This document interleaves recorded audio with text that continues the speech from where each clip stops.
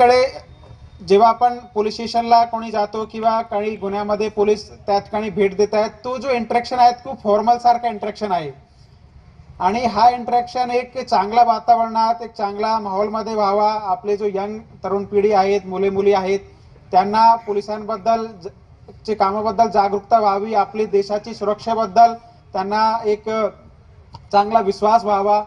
तसेच यासोबतच असा वातावरणात जेव्हा आपण इंटरॅक्शन करतो तेव्हा काही गोष्टी आहेत ते आम्ही तुम्हाला सांगतो, काही गोष्टी आम्हाला जनतेतून समजते की भाई ठीक आहे आम्ही हे करतो, पण जनतेची काय अपेक्षा आहे, जनतेला काय पाहिजे. सपोज डायल 112 आहे, कोणाचे चांगले अनुभव असू शकतात किंवा वाईट अनुभव असू शकतात. ते चांगले अनुभव आमच्यासाठी प्रेरणादायी आहेत आणि जे वाईट अनुभव आहेत ते आम्ही अजून कसं सुधारणा करू शकतो, काही सिस्टममध्ये बदल करून किंवा त्यामध्ये काहीतरी फीडबॅक मेकॅनिझम टाकून.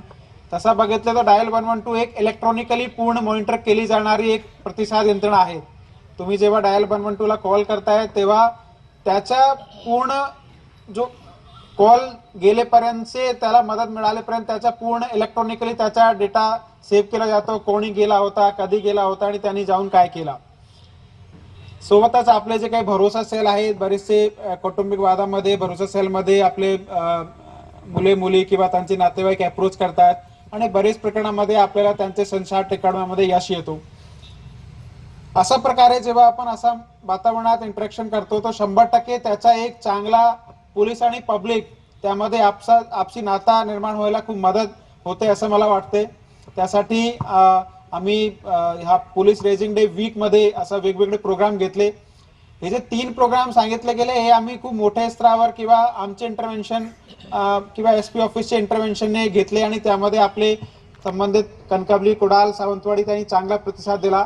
पण या व्यतिरिक्त शेकडो प्रोग्राम, छोटे छोटे प्रोग्राम, त्यामध्ये काही स्कूलमध्ये जाऊन आमच्या लोकांनी चित्रकला प्रतियोगिता, काही जगह जाऊन नुक्कड नाटक, काही स्कूल किंवा पब्लिक प्लेसमध्ये जाऊन सायबर सुरक्षा, महिला सुरक्षा, डायल 112, NDPS संदर्भात किंवा सागरी सुरक्षा संदर्भात किंवा काही काही ठिकाणी वेगवेगळ्या ठिकाणी मीटिंग घेऊन लोकांना ट्रेनिंग वगैरे, वर्कशॉप वगैरे पण आयोजित केलेले आहे.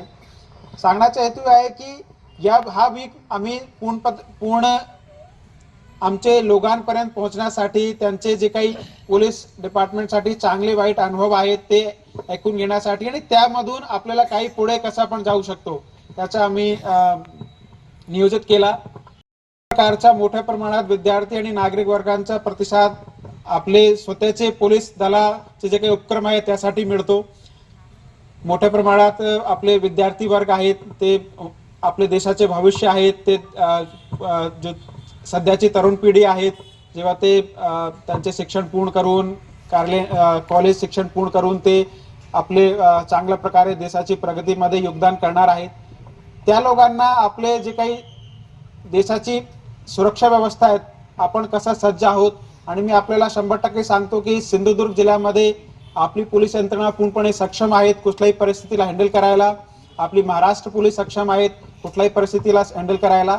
त्यामध्ये आम्हाला आपली साथ पाहिजे. जर आमचे प्रयत्नामध्ये आपली साथ मिळाली तर 100% आपण तो जो काही आपला सक्सेस आहे ते आपण नक्की अशाच प्रकारे ठेवू शकतो. कुठल्याही प्रकारच्या बाहेरून हल्ला असेल किंवा कुठल्याही प्रकारचे आपल्याकडे अवैध धंदे असेल किंवा आपल्याकडे कुठल्याही प्रकारचे किरकोळ किंवा मोठे वाद असेल त्यामध्ये आपण नक्की चांगल्या प्रकारे कारवाई करू शकतो आणि अशा प्रकारच्या आव्हानांना आपण हँडल करू शकतो. मी पत्रकार बंधू, आमचे सर्व सहकारी त्यांच्या मनापासून आभार व्यक्त करतो. आपले चीफ गेस्ट महोदय यांना पण मी पुन्हा आभार व्यक्त करतो आणि इथे थांबतो. आपण अशाच प्रकारे आपले सिंधुदुर्ग पोलिसांचे जे काही उपक्रम आहे त्याला असे साथ द्या. 100% तुमची साथमुळे आमचा मनोबल खूप वाढणार आहे.